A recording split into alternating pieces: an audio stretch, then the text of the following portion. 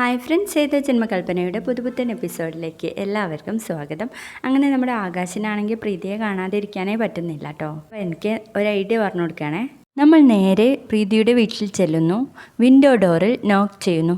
ഏയ്, അതൊന്നും ശരിയാവില്ല. അവിടെ തന്നെയാണ് ശ്രുതിയും കിടക്കുന്നത്. ഓ, അങ്ങനെ ഒരു കാര്യമുണ്ടല്ലേ. എന്നാൽ പിന്നെ ഒരു ചെറിയ കല്ലെടുത്ത് പ്രീതിയുടെ ദേഹത്തേക്ക് എറിയുന്നു.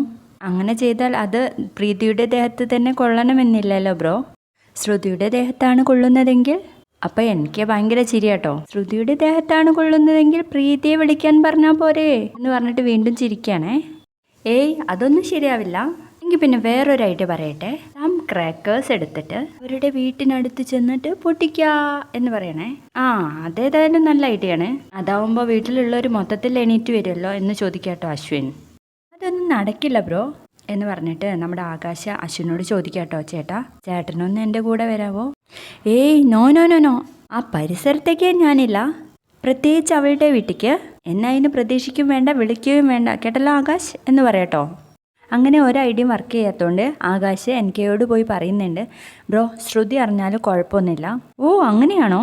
അതെ, അവളറിഞ്ഞാൽ എന്തെങ്കിലും ഒരു ഐഡിയ കണ്ടെത്താതിരിക്കില്ല. She is very clever, I will call her എന്ന് പറഞ്ഞിട്ട് എനിക്ക് അങ്ങ് പോവാട്ടോ. ആ സമയത്ത് നമ്മുടെ അശ്വിനാണെങ്കിൽ ആകെ അന്താളിച്ച് നിൽക്കാട്ടോ.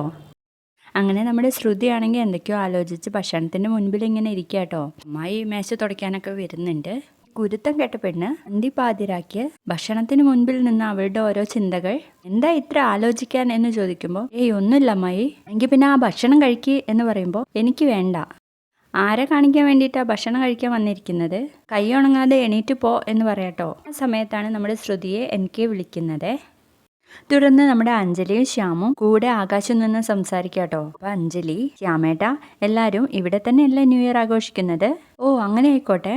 അയ്യോ ചേച്ചി, ഞാൻ അതിനൊന്നും നിൽക്കില്ല. പറഞ്ഞ പോലെ ആകാശിനെ പ്രീതിയെ കാണാൻ പോവാനുണ്ടാവുമല്ലോ.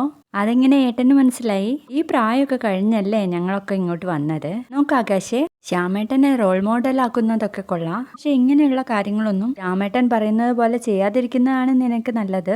അതെന്താ രാജകുമാരി അങ്ങനെയൊക്കെ പറയുന്നത്? ശ്യാമേട്ട, ഞാനൊക്കെ പറയുവേ എന്ന് പറയണേ. അങ്ങനെ ആകാശ് ചോദിക്കുമ്പോൾ അഞ്ജലി പറയുന്നുണ്ട്, കല്യാണത്തിന് മുൻപേ ശ്യാമേട്ടൻ എന്നെ ന്യൂ ഇയറിനും ബർത്ത്ഡേക്കും എല്ലാം കാണാൻ വന്നത് പൈപ്പിലൊക്കെ കയറി പിടിച്ചിട്ടായിരുന്നു എന്ന് പറയണേ. പൈപ്പിലോ? അതങ്ങനെയല്ല ആകാശ്, പൈപ്പിൽ അള്ളിക്കേറി പിടിച്ചു വരികയായിരുന്നു. അങ്ങനെയായിരുന്നു രാജകുമാരിയെ ഞാൻ കണ്ടിരുന്നത്. അതായത് ഒരു ബലപരീക്ഷണം. പൈപ്പിൽ നിന്ന് വീഴാതെയും പൈപ്പൊടിയാതെയും എനിക്കിവിടെ കാണാൻ പറ്റി. ഓ, അങ്ങനെയാണല്ലേ. അപ്പോൾ ഏട്ടന് ഈ വക കാര്യങ്ങളിലൊക്കെ വലിയ താല്പര്യമാണല്ലേ എന്നൊക്കെ ചോദിക്കുമ്പോൾ, എന്താ ആകാശെ പറയാ, പ്രേമത്തിന് കണ്ണു മൂക്കൊന്നും ഇല്ല എന്നല്ലേ പറയാ എന്നൊക്കെ ചോദിക്കുമ്പോൾ അഞ്ജലി പറയുന്നുണ്ട്, ആകാശ്, നീ ഇതൊന്നും കേട്ട് കുളിരണ്ടോ. വിവാഹത്തിന് മുൻപേ അങ്ങനെയുള്ള ഒരു സാഹസവും നടത്തണ്ടട്ടോ എന്ന് പറഞ്ഞിട്ട് അഞ്ജലി അങ്ങ് പോവാണേ. അപ്പോഴാണേ നമ്മുടെ ശ്രുതിയോട് സംസാരിച്ച് എനിക്ക് വരുന്നത്. അവളുടെ അമ്മായി എന്ത് കാര്യമായിട്ടാണ് എന്നോട് സംസാരിച്ചത്? ശ്രുതിയും അതെ, മേ ബി അവൾക്ക് എന്നെ ഇഷ്ടമാണെന്ന് തോന്നുന്നു എന്നൊക്കെ പറഞ്ഞിങ്ങനെ ചിരിക്കുകയാണേ. അഞ്ജലി വന്നിട്ട് ശ്യാമിനോട് വീണ്ടും പറയുന്നുണ്ട്, അല്ല ശ്യാമേട്ടാ, നമുക്ക് ആ പൂൾ സൈഡൊക്കെ ഒന്ന് ഡെക്കറേറ്റ് ചെയ്യണ്ടേ? ഓ, അതിനെന്താ? അല്ല ശ്യാമേട്ടൻ്റെ വക എനിക്കൊന്നും ന്യൂ ഇയർ സർപ്രൈസ് ഒന്നും ഇല്ലേ എന്ന് ചോദിക്കുമ്പോൾ, അതൊക്കെ പിന്നാലെയുള്ള കാര്യങ്ങളല്ലേ, നീ പോയി ജോലി ചെയ്യ് എന്ന് പറഞ്ഞിട്ട് അഞ്ജലിയെ വീണ്ടും വിടാണ് കേട്ടോ. എന്നിട്ട് ആ ശ്യാമുണ്ടല്ലോ നിന്ന് പറയാണ്, എൻ്റെ രാജകുമാരി, ഇതുവരെ അനുഭവിക്കാത്ത ഒരു സർപ്രൈസ് തന്നെ ആയിരിക്കും ശ്യാമേട്ടൻ നിനക്ക് തരാൻ വേണ്ടിയിട്ട് പോകുന്നത്. കാത്തിരുന്നു എന്ന് പറയട്ടോ ശ്യാം. അതിനുശേഷം നമ്മുടെ എനിക്ക് പറയുന്നുണ്ട്, കുമാരി ശ്രുതി എന്നോട് രാത്രി സംസാരിക്കാമെന്ന് പറഞ്ഞാൽ അതിനർത്ഥം എന്നോട് ഇഷ്ടമുണ്ടെന്നാണോ? ഞാൻ ഇന്ന് രാത്രി 12 o'clock അവളുടെ വീട്ടിൽ പോയാലോ? അതുപോലെ അവളോട് ന്യൂ ഇയർ വിഷസ് പറഞ്ഞാലോ എന്നൊക്കെ ചോദിക്കണേ. ഞാൻ ആ സമയം പോയി കഴിഞ്ഞാൽ ശ്രുതി 12 o'clock മുതൽ എൻ്റെ കൂടെ തന്നെ ആയിരിക്കും. ഹോ, അവളെപ്പോലൊരു സുന്ദരിക്കുട്ടിയെ കിട്ടിയാൽ ഹോ എന്ന് പറഞ്ഞ് നിൽക്കുമ്പോൾ പറയുന്നുണ്ട്, പക്ഷേ ആകാശ് ബ്രോ ഇന്ന് അവിടെ പോകുന്നുണ്ടല്ലോ. കൂടെ പോവാൻ അശ്വിൻ ബ്രോയും തയ്യാറാവില്ല. അങ്ങനെയാണെങ്കിൽ ആകാശ് ബ്രോയെ ഇന്ന് വിടാനേ പറ്റില്ലല്ലോ. അയ്യോ, ഭയങ്കര ഹെഡ് ഏക്ക് എന്ന് പറഞ്ഞിട്ട് ഇങ്ങനെ കരയാണേ. സമയം നമ്മുടെ അശ്വിനും ആകാശും അങ്ങോട്ടേക്ക് എത്തുക, എന്താ ബ്രോ എന്ന് ചോദിച്ചിട്ട്, അയ്യോ എന്തൊരു ഹെഡ് ഏക്കാ, ജെന്റിലേക്കാണെന്ന് തോന്നുന്നു. ജെന്റിലേക്കോ? അതിന് ബ്രോ ഇവിടെ എത്തിയിട്ട് കുറച്ച് നാളായല്ലോ എന്ന് ചോദിക്കാട്ടോ അശ്വിൻ. ഓ, അന്ന് മുതലേ എനിക്ക് ഉണ്ടായിരുന്നു, പക്ഷെ നിങ്ങളെ കണ്ട സന്തോഷത്തിൽ ഞാനത് കാര്യമാക്കിയില്ല.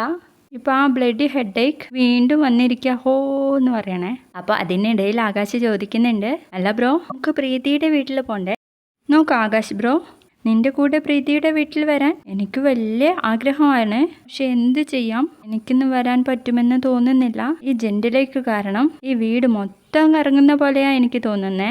എനിക്കൊന്ന് ഉറങ്ങിയാൽ മതി എന്ന് പറഞ്ഞിട്ട് അവിടെ കിടക്കാണ് കേട്ടോ. അപ്പൊ ആകാശ് പറയുന്നുണ്ട്, എല്ലാരും കൂടി എന്നെ പറഞ്ഞിളക്കിയിട്ട് ഇപ്പൊ ആരും എന്റെ കൂടെ വരുന്നില്ല, എന്നാ ഏതായാലും ഒറ്റയ്ക്ക് പോകും എന്ന് പറയുമ്പോൾ, അയ്യോ ബ്രോ, ഒറ്റയ്ക്ക് അങ്ങോട്ട് പോയാൽ ശരിയാവില്ല.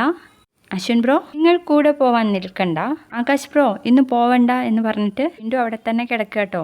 എന്ത് വന്നാലും എനിക്കിന്ന് പ്രീതിയെ കണ്ടാലേ പറ്റുള്ളൂ എന്ന് പറഞ്ഞിട്ട് ആകാശ് അങ്ങ് പോവാണേ.